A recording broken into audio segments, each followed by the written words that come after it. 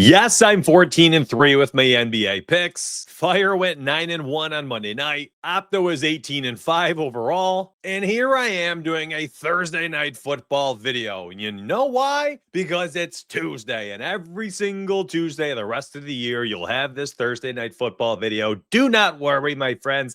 NFL is still king. Priority number one. We've got the Ravens on the road against the Dolphins. Ravens are 7.5-point favorites on the road. If they were at home, there'd be even larger discrepancy in this line. Both teams coming off a win after being on losing skids. The Ravens had lost 4 in a row before trouncing the Bears 30-16 after going down 6-0 in the first quarter after 2 drives. The Dolphins, on the other hand, broke a 3-game skid as they dropped 34 points in their win. So we have 2 offenses potentially on the up and up, back in the win column, and facing each other on Thursday Night Football. So how do we bet on this bad boy? Well, that's what we're going to cover in today's video. So buckle up, my friends, and let's get paid. And the lines have moved a little bit. Here we are on NoVig Sportsbook. Ravens minus 8.5-point favorites. Heavy favorites in the money line, of course, will follow suit. And I kind of buried the lead here. Lamar Jackson is supposed to be returning for this game. It looked like there was a chance for him to return this past week 7. They gave him 1 more week of rest coming out of the bye, gave Tyler Huntley the start, and he played admirably. And he led them to a win. They scored 30 points. Defense finally showed up for the Ravens, who have been horrific all season. Ravens are bottom 5 in third down defense, points allowed, yardage allowed, and passing defense. And one thing stands out when I really start digging into the data. It's the fact that the Ravens have the second lowest sack rate in the NFL. They don't put pressure on opposing quarterbacks. And listen, it's not like Tua is a world beater by any means, but he has a decent enough offense and playmakers like Jalen Waddle and Devon Achane around him to the point where if the Ravens don't put enough pressure on Tua, he's got a chance here to pick them apart a little bit or at least move the ball up and down the field. I can see and I envision a scenario here where we have a higher scoring game in this one with 2 bad defenses and 2 offenses that do have some punch to them. And the one thing Tua really needs is time in the pocket to make things happen. When he has crumbled in the past is when he is facing pressure. The Ravens, with the second lowest sack rate, seems like they potentially will have trouble getting pressure on Tua on this short travel week into Miami. Now, interestingly enough, the Miami Dolphins being 2-4 on the season, they've actually covered the spread in 4 of those 6 games. They've lost some tight ones. This team absolutely could be 3-3 on the season, maybe even 4-2 if a couple things bounce their way, but they haven't. And sometimes at this point in the season, they are what they are. And those records I'm talking about, my apologies. I was talking about the last 6 games, first couple of games of the year, most volatile. I'm not really leaning on data that long ago. Really, outside the last 4 weeks, most info is irrelevant. On the Ravens side of things, getting Lamar back is everything. And I think we see them probably lean on the run a hot second or 2 or 3 or 4 in this game against that Dolphins rush defense, which is horrific. And they've got Derrick Henry back there just hammering in all-time touchdown records week in and week out at this point. I think he's due for an epic day. So this is not my 10,000 simulations model. That comes out Tuesday night for the VIPs. If you want access to that VIP model, you can grab that link down below. Opto EV Picks, one of my team members, my staff members, whatever you want to call them, went 7-0 in NFL this past week. Totally made up for your boy going 0-3 in the NFL. I had 2 hooks. CMC at 43 yards was a heartbreaker, but I digress.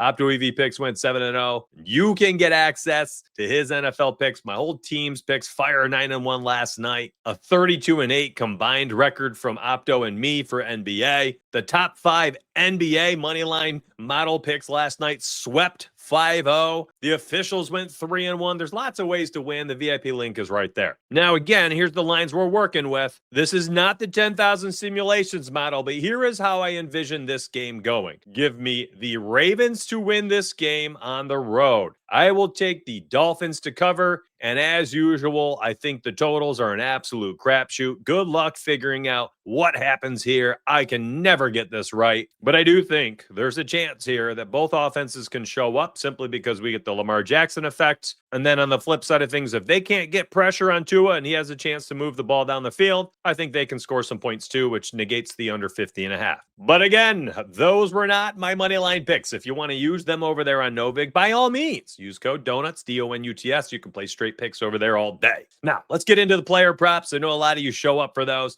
And don't you worry, if you were here for NBA stuff, I'm going to be doing those NBA videos daily. I did one this past Monday. Just subscribe to the channel, like the video, turn those noties on. You don't want to miss. Just had personal things to attend to Tuesday morning, and I couldn't get an NBA video out. But I will have one tomorrow, Wednesday, NFL and NBA. I got you covered right here on YouTube. 7 days a week, my friends. You know, it's interesting. I'm over here on Underdog right now, and I was actually shocked to see how high his rushing yards line was. And I suppose it does make sense, though. Let's really dig into the data and the numbers here. And I'm going to read off some of the last starting running backs and their numbers. The Dolphins somehow limited the Atlanta Falcons to 29 yards rushing between Bijan Robinson and Tyler Algier. Quinshon Judkins the week prior had 1 billion carries, 84 total yards. Kamani Vidal had a $124 3 weeks ago. And then you also remember, of course, Rico Dowdle 4 games ago had 206. Breece Hall had 81. James Cook 108. Ramondre Stevenson had 54, and then in the opener, Jonathan Taylor, the potential 2025 Offensive Player of the Year, had just 71 yards rushing in the opening week. All in all, 5 starting running backs have hit the over for their rushing yards market against the Miami Dolphins.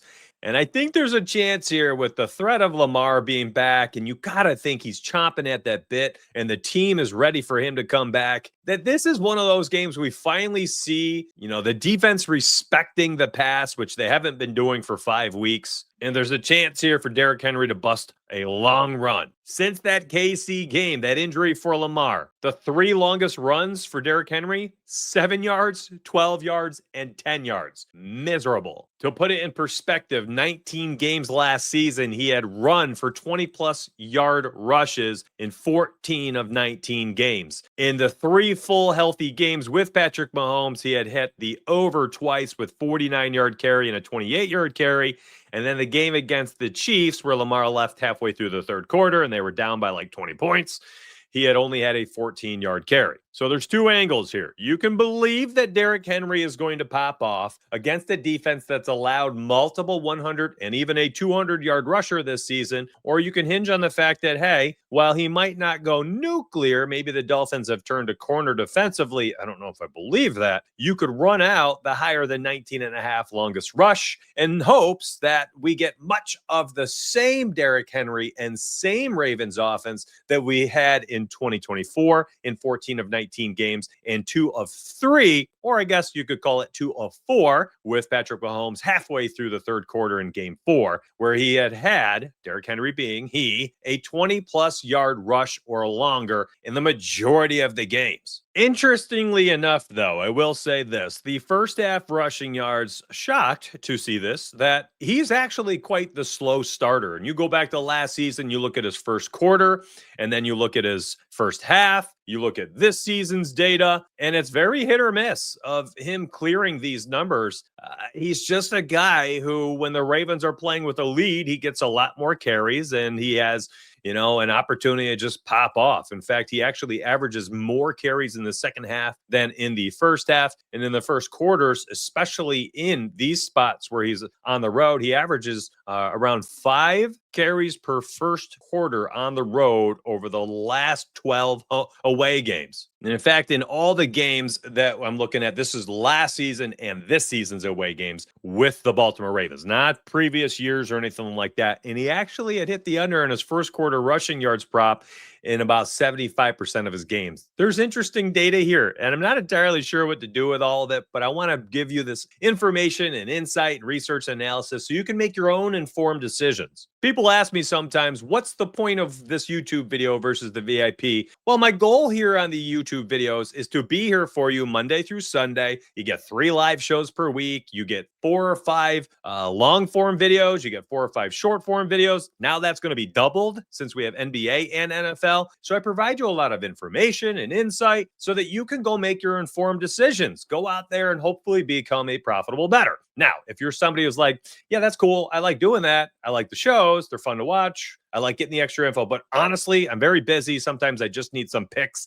That's why I have that VIP. And clearly, if you're one of our members, I mean, you'll see them in the comment section almost every single video, just talking heaps of praise for their experience. And I appreciate them all immensely. And I appreciate you immensely as well if you're not a member and you're just here to watch and support and free stuff. So thank you so much, regardless of if you're premium or public. It's humbling to have any type of support nonetheless. And I just wanted to take a minute to say that. So thank you very much. All right, no more of the mushy stuff. Let's go ahead and take a look at some of the other player props. I think we need to look at Devon Achane, who continues to grind out yards lately. Maybe he's turned a corner. Maybe the offense is turning a corner rushing wise. He's at 128, 92, and 67 rushing yards over the last 3 games. And what I like seeing is that the volume is there. And really, if you kind of take away that garbage game, this one right here against Carolina of all teams, he's actually been pretty good. 99, 128, 82, 67. A mix of some pretty good rush defenses as well. Cleveland pretty good. Atlanta pretty good. And we keep seeing him score somehow, some way, some shape or form. Now, I don't have a touchdown market right now on Underdog, but when that projection does pop up, and it always does,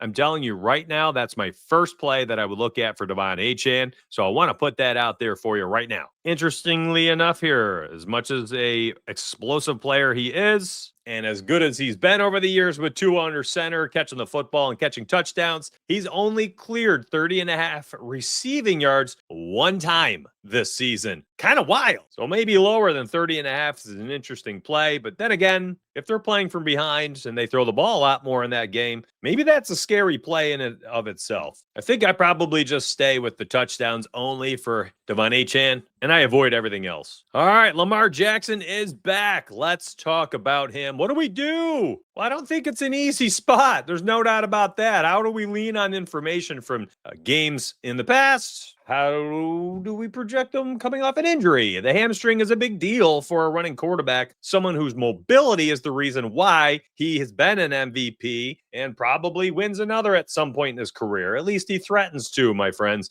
The most dynamic quarterback in the NFL, if his hamstring is healthy, I think does dynamic quarterback things. And I wouldn't be too concerned. So I'll be paying attention to the practice reports. If he still is like questionable or limited, well, then I'm actually a little more concerned about his upside. Now, if he's taken off the injury report before the Thursday night football game, well, then all systems go for Lamar Jackson. I would like the overs in virtually any category. I'm not kidding.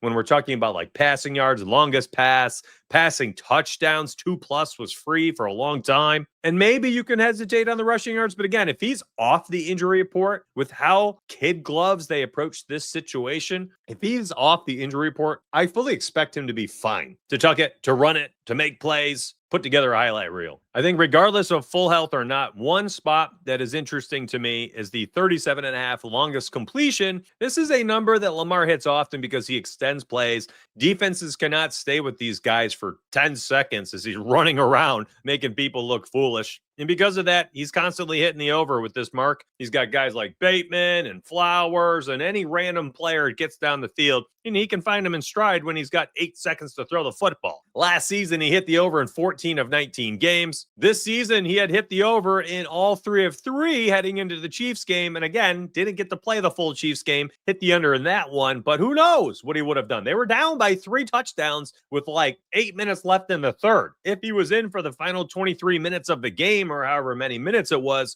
he going to throw the football an extra 15 times? Could he have found someone for 38+?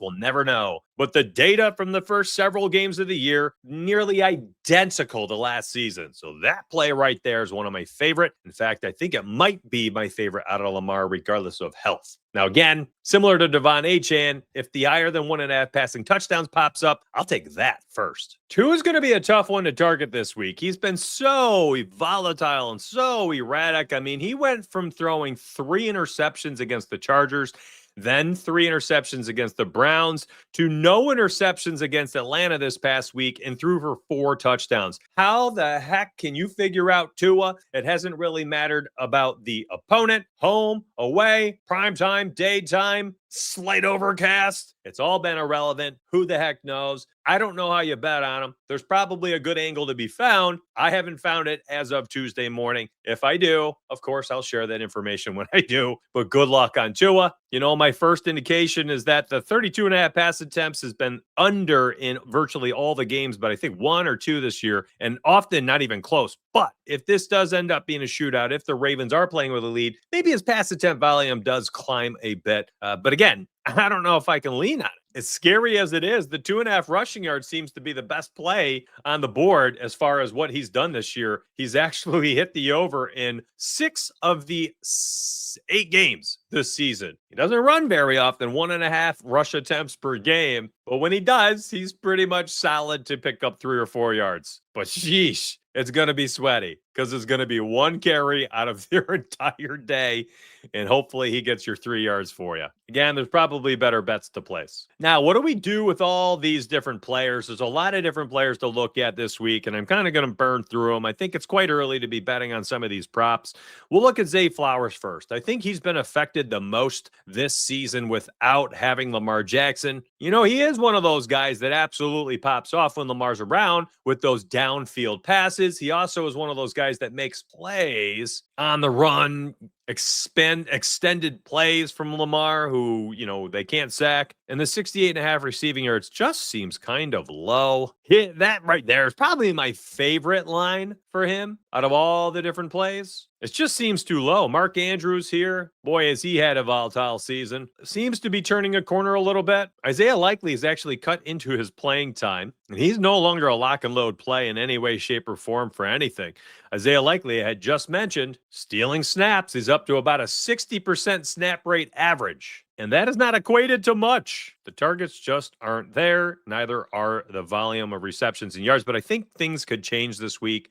I think both Isaiah Likely and Zay Flowers could be due for big games here. They need playmakers. Rashad Bateman, not a guy I like to bet on other than the longest reception. That's about it. Again, those big, deep down the field throws when you got Lamar Jackson, extending plays. Who's really been hurt by not having Lamar? DeAndre Hopkins. His game logs have been wretched. The thing is, his snap rate is slightly over 30%, just not getting targets. That being said, veteran, Ravens in a must-win situation. I'm very interested in DeAndre Hopkins this game. Don't know where to go yet. It's very early. Let's talk about Jalen Waddle. This is an interesting play. So Jalen's starting to wake up. He's at 110, 95, and 99 in 3 of his last 4 games. I'm talking about his receiving yardage. We've seen his targets at 9, 8, 4 in the bad game, and then 6 last game in a huge blowout win. Still had 99 yards and scored a touchdown against the Falcons. Now has 4 on the season, despite the fact that 2 has been very volatile. We've got no Tyreek Hill. He's the de facto number 1, 2, and 3 wide receiver at this point. His receptions prop is at 4.5, heavily juiced to the over. If he can go out there and catch 4 2-5 passes, I think his receiving yards line might be a tad bit too low at 65.5. And really, if you think about it, we've got 4 games of data now, and we've seen him essentially become the number 1 without any competition, which is why we've had him at 110, 95, and 99 in 3 of the last 4 games. Remember, it was 5 games ago, as I don't show you right now. There you go. 5 games ago right here against the Jets when Tyreek got hurt. And since then, it's been the Jalen Waddle show. So give me the yards for Zay. Give me the yards for Waddle. Lamar for the long pass, I think is interesting. Devon Achane, I would look at a touchdown prop. Derrick Henry, I got to figure this one out. My lean is to the longest rush. Just give me one big play, buddy. And boy, oh boy, as I start to look ahead to some of these games on Sunday, it makes me even more excited. We got some better games to talk about.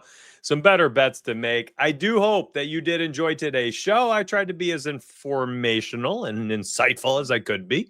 I tried my best on the short time frame that I had, starting 3 to 4 hours later on my day. Multiple VIP picks have already posted for the day. Again, after that massive 28-3 stretch by Opto EV Picks and we cooled off on Monday night a wee little bit, went 4 and 5 together, but the rest of my staff picked it up. The betting models, officials, money lines for NBA went 3 and 1. Fire went 9 and 1 in his channel. There's so many ways to win inside the VIP. Get that link down below. NBA, NFL, a bunch of sports are covered. I just don't talk about them all. Grab that link. Hopefully I see you tomorrow. Remember, Wednesday, we do 1 game pick for every single game. And then we also will have an NBA video right here on YouTube. Appreciate you all. all very much. Thanks for watching today. Let's get paid.